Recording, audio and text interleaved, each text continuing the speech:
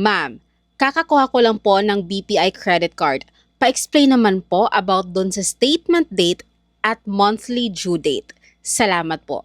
First of all, Boss Will, congratulations because starting now, pwede ka na mag-start mag-build ng inyong credit score.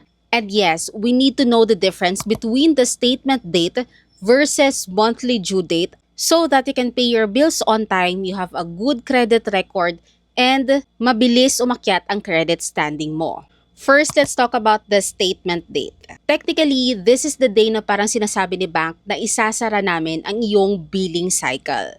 Meaning, lahat ng ginastos mo last month until today, your billing cycle, magre-reflect yan sa SOA mo.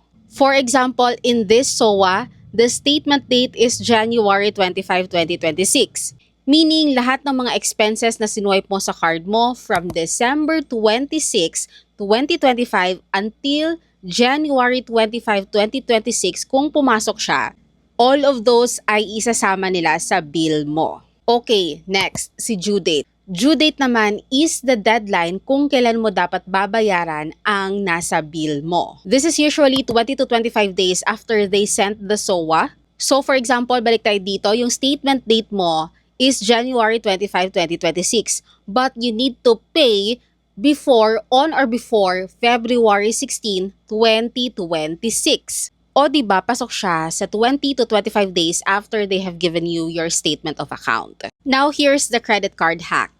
So, diba, sa example ko kanina, ang ating SOA is January 25, 2026. Now, if may binili ka or nag-purchase ka, kinaskas mo yung card mo after January 25, for example, January 26, this purchase goes into the next month billing cycle na. So, hindi siya kasama sa babayaran ko on February 16. Kaya, technically, I get 45 to 50 days before paying. As long as you pay in full before the due date para wala kang interest. Diba? So, technically, parang sa March ko na siya babayaran. In that way, I can maximize my card and my funds. So, there you go, Kuya Will, and I hope this explanation answers your question.